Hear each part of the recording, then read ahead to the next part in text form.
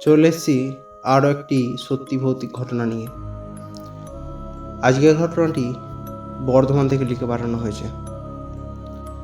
ঘটনাটি যে ক্লাবকে কেন্দ্র করে, সেই ক্লাবটি এখনো পর্যন্ত বন্ধ হয়ে পড়ে আছে, আর সাধারণত সেখানে মানুষ সচরাচর যাওয়া আসা করে না। তো সেই ক্লাবটিকে নিয়ে অনেক কথা শোনা যায় লোকমুখে। তো আজকে সেই ক্লাবকে নিয়ে ঘটনাটি শুরু করছি। ঘটনাটি ঘটেছিল 1988 কিংবা 1989 সাল দিকে। তখন অত ফোনের চলন ছিল না। আমরা তখন সবাই মিলে সন্ধে হলেই ক্লাবের ঘরে আড্ডা দিতে যেতাম। যদিও সেই ক্লাবে আমরা 4 থেকে 5 জনাই ছিলাম। পাড়ার সকলে বন্ধু মিলে পুরনো ক্লাবটিকে পরিষ্কার করে সেখানেই আপাতত আড্ডা দিচ্ছি।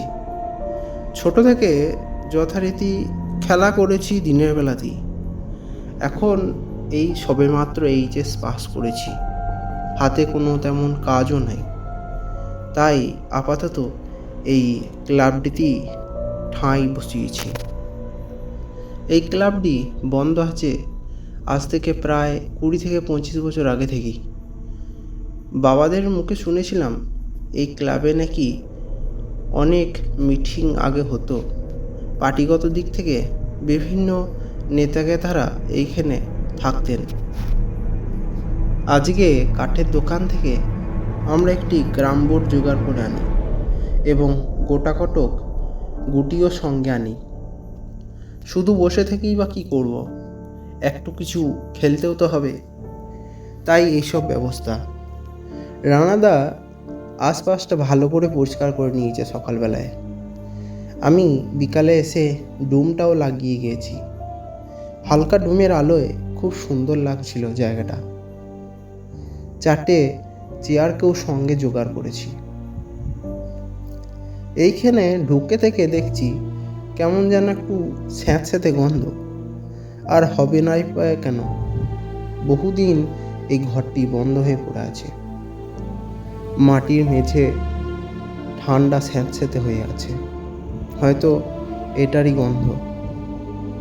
জানলা আর দরজা বলতে একটি জানলা ও একটি দরজা আমি দুটোকেই খুলে রাখলাম, যাতে হাওয়া পাস হয়ে এই জায়গাটা গন্ধমুক্ত হয়ে যায়। আজ গত 2-3 দিন ধরে দেখছি ঘরটিতে যখনই আসছি তখনই যেন মনে হচ্ছে কেউ আমাদের ওপরে যেন নজর দিয়ে রেখেছে, সব সময় চোখে চোখে রাখছে আমাদেরকে।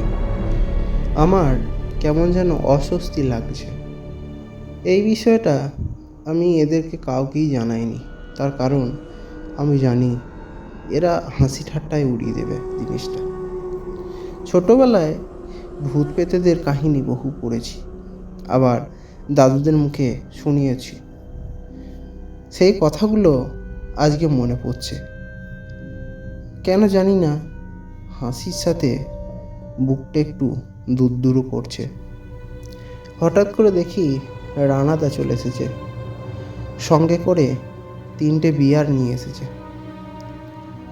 আমি এইসব কথা ভাবছিলাম, এমন সময় রানাদা এসে বলছে, কিরে সুরেশ, চলবে নাকি?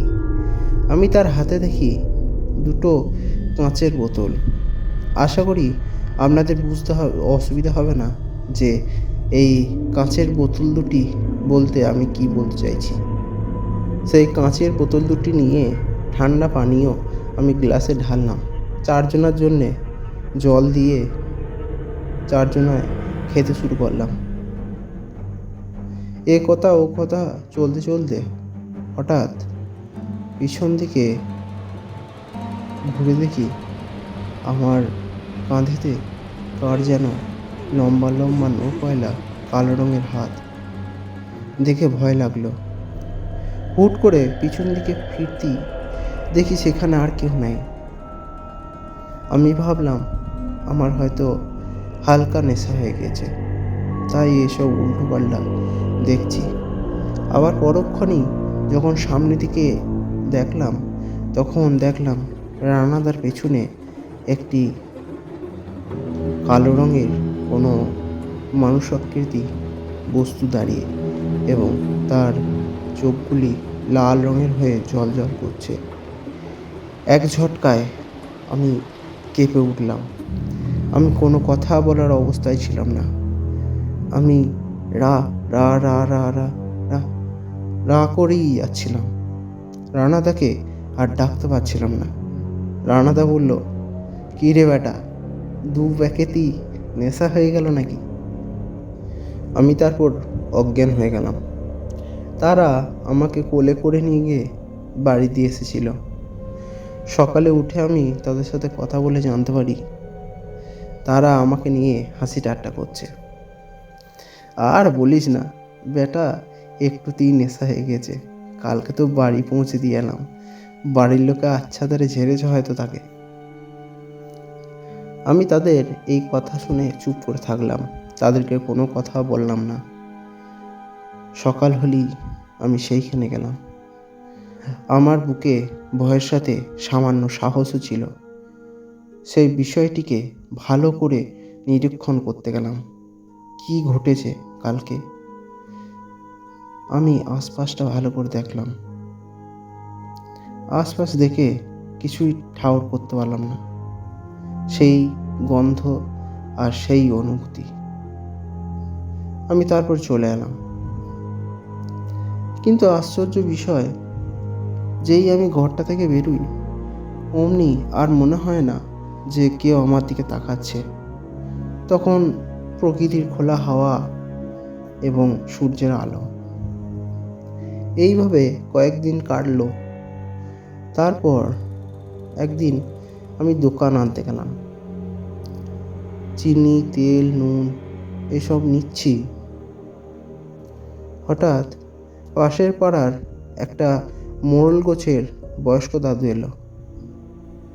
কী রে সুরেশ, তোরা নাকি আড্ডা দেওয়ার জন্য ক্লাবের ঘরটাকে খুলেছিস?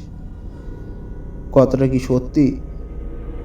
আমি বললাম, হ্যাঁ হ্যাঁ দাদু, ঠিকই শুনেছ। যেও একবার, জায়গাটা অনেকটাই পরিষ্কার করে ফেলেছি। তিনি আমার দিকে ভ্যাল ভ্যাল করে তাকালেন। তিনি বললেন, তা বাবা, তুমি এখন কেমন আছো? শরীর তো দুর্বল লাগছে তোমার। আমি বললাম, হ্যাঁ দাদু, একটু শরীরটা খারাপ আছে। তিনি আমাকে বললেন, বাবা, তুমি একবার বিকালবেলা আমার বাড়িতে এসো, তোমার সাথে কিছু কথা আছে। বিকালবেলা দাদুর বাড়িতে চলে গেলাম। দাদু দেখলাম দাওয়াতে বসে আছে। ঘরের দাওয়ায় মাজুর পেতে বুড়ো তাল পাতার পাখা নেড়ে হাওয়া খাচ্ছে।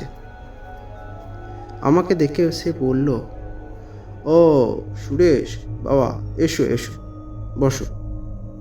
আমি বললাম, বলো দাদু, কি বলছিলে? আসলে বাবা, তিনি একটু ইতস্ততই হলেন। তিনি বললেন, তোমাকে একটা কথা বলি বাবা, ওই যে ঘরটিতে তোমরা থাকছো, ওই ঘরটিতে যেও না। তোমরা আপাতত অন্য কোনো জায়গাতেই থাকো না। আপাতত কোনো খেলার মাঠে কিংবা কোনো পুকুর পাড়ে একটা মাচা করেই বসো না। ফালতু কী জন্য ওই ঘরটার মধ্যে যাচ্ছ? এমনিতেই ভাঙাচোরা সাপ ভ্যাং ঢুকে বসে থাকবে, বহুদিন খোলা নাই। আমি বললাম, ও চিন্তা করবেন না দাদু, আমি সব পরিষ্কার পরিচ্ছন্ন করে রেখে দিয়েছি। আপনি চাইলে গিয়ে একবার দেখতেও পারেন। ঘরটি খুব সুন্দর, জানেন তো। মাটির ঘর হলে কি হবে, সেই ঠান্ডা। তিনি বললেন, আহ, তুমি ব্যাপারটা বুঝছো না সুরেশ। আমি বললাম, আপনি কি কিছু লুকুচ্ছেন? তিনি একটু ইতস্তত হয়েই বললেন, আচ্ছা ঠিক আছে, তবে তোমাকে ঘটনাটা শোনাই। এই ঘটনাটি যখন ঘটেছিল তখন তোমার বাবারা খুবই ছোট। আমরা তখন পার্টিগত কথাবার্তার জন্যে ওই ঘরটিকে বেছে নিয়েছিলাম। ওই ঘরটিকে মাটি দিয়ে, খড়ে চাল দিয়ে জায়গাটা ভালো করে তৈরি করেছিলাম। আমরা সকলে ওখানে সন্ধে হলেই মিটিংয়ের আড্ডা বলো কিংবা কথাবার্তা বলো, পাড়ার ব্যবস্থা বলো, এইসব জিনিসপত্র নিয়ে আলোচনা সভা রাখতাম। একবার আমাদের পশ্চিম পাড়ায় রামু আর জনকের মধ্যে তুমুল ঝামেলা লেগেছিল একটি পাঁচিল দেওয়া নিয়ে। তো রামু তার পাঁচিলটি জনকের বাড়ির একটু গা লাগোয়া করে তার জায়গা দখল করে পাঁচিলটি গেঁথেছিল। সেই নিয়ে তাদের তুমুল অশান্তি বেঁধেছিল। এই কথোপকথন নিয়ে তাদের মধ্যে বিভিন্ন রকম ঝগড়া মারামারিও চলত। এই ঝগড়া মেটাতে আমাদের পার্টিগত দিক থেকে তাদেরকে এখানে এনে ফয়সালা করার বন্দোবস্ত নেওয়া হয়। এইভাবে 2-3 দিন ধরে তাদের ফয়সালার জন্যে মিটিংও বসানো হয়, কিন্তু যথারীতি তাদের ফয়সালা কোনো মতেই মিটছিল না। পঞ্চায়েত থেকে আমিন ডেকে তাদের মাপও করা হয়। এই বিষয়ের পরে আমাদের একদিন মিটিং হয় খুবই গুরুতরভাবে। তাদের মধ্যে মিটিংয়ের মধ্যেই ঝগড়াও হয়। আমরা সবাই মিলে তাদেরকে থামাই। 2 দিন বাদ তাদের মধ্যে বন্ধুত্বও দেখা দেয়। তারপর যথারীতি তারাও আমাদের এই পার্টিগত মিটিংয়ে বেশিরভাগ সময়ই আসতো। তারা দুজনে একদিন অনেকটা মদ খেয়ে এখানে পড়েছিল। আমি শেষ পর্যন্ত ছিলাম। আমি তারপর তাদেরকে ওই রকম অবস্থায় দেখে বলে এলাম, আরে তোরা বাড়ি যেতে পারবি তো, নাকি এইখানেতেই উল্টে পড়ে থাকবি? তারা আমাকে হাসতে হাসতে উত্তর দিল, আরে না দাদা, ঠিক পৌঁছে যাব, কি ভাবছেন আমাদেরকে? তো আমি তারপরে চলে এলাম তাদেরকে সেই ঘরের চাবিটা দিয়ে। সকালে যখন আমি সেই ঘরটির মধ্যে যাই তখন জানতে পারি জনকের লাশটা সেইখানে পড়েছিল। রামুকে তারপর সকালবেলা খুঁজতে গেছিলাম আমরা, কিন্তু রামুকেও আর পাওয়া যায়নি।